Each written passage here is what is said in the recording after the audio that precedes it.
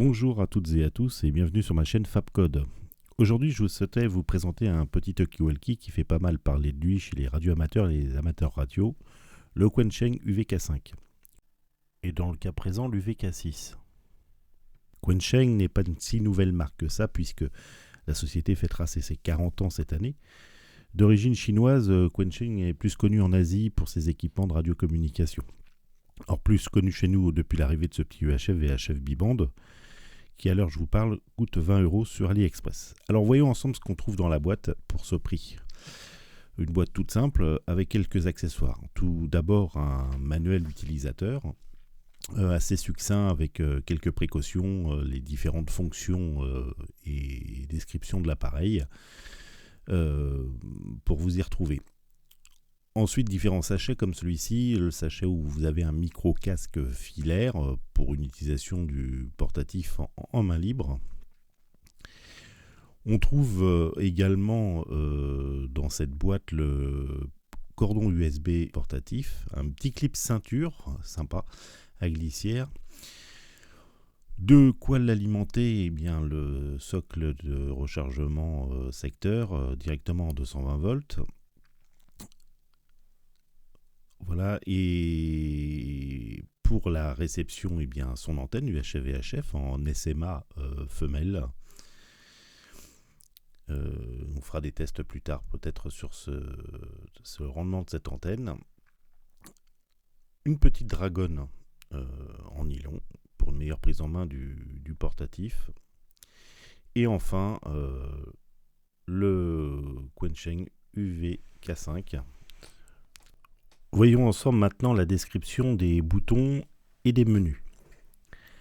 Alors tout d'abord au-dessus on a le bouton rotatif qui fait marche arrêt et volume.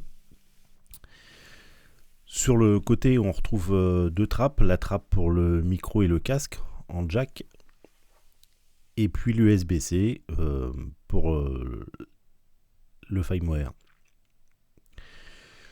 Là, sur ce côté-ci, vous avez le PTT pour la transmission et en dessous, deux boutons de fonction. Alors, un qui fonctionne, qui permet le monitoring du poste ou le squelch et puis le générateur de tonalité. En dessous, par défaut, c'est des boutons d'alarme avec les LED qui s'allument ici, qui n'est pas franchement utile, mais vous pouvez paramétrer la puissance, le Vox, le scanner sur ces boutons-là, à votre convenance. Maintenant, les menus sur ce clavier, tout à fait classique, M comme menu. On appuie dessus, on a un menu assez conséquent. Pour valider, donc il faut rappuyer sur M. Alors, il y a un laps de temps. Voilà, on peut choisir par exemple ici le squelch, la hauteur du niveau qu'on souhaite. Le step, alors on retrouve tous les différents steps, le 6,25 pour les PMRistes, le 12,5, le 25 kHz pour les radioamateurs, et puis en AM on retrouve le 8,33 quand l'AM est activé, ce qui est un menu plus bas. On a la puissance déclinée en 3 niveaux, un poste de 0 à 5 watts.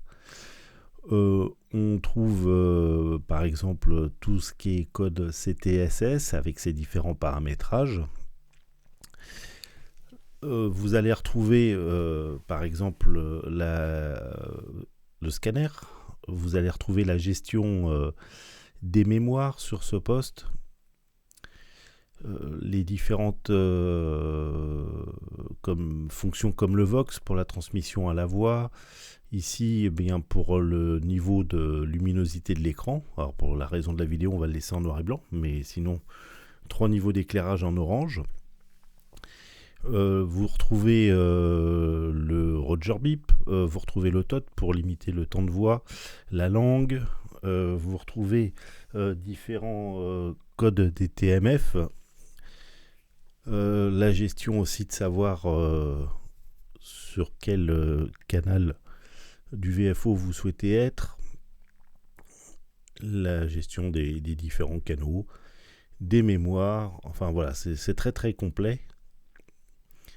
Vous allez retrouver aussi plus bas eh bien, la fonction volume, le Roger Beep, le volume, le passage en AM qu'on parlait tout à l'heure, si vous souhaitez écouter les bandes d'aviation. Et puis, plus bas, en dernier, le reset, pour mettre à zéro tous les paramètres, si vous souhaitez, bien sûr, remettre tout à zéro. Alors, de paramétrage fréquence ou total. Voilà, d'autres tests sont à venir. Si vous êtes intéressé, n'hésitez pas à liker. Merci.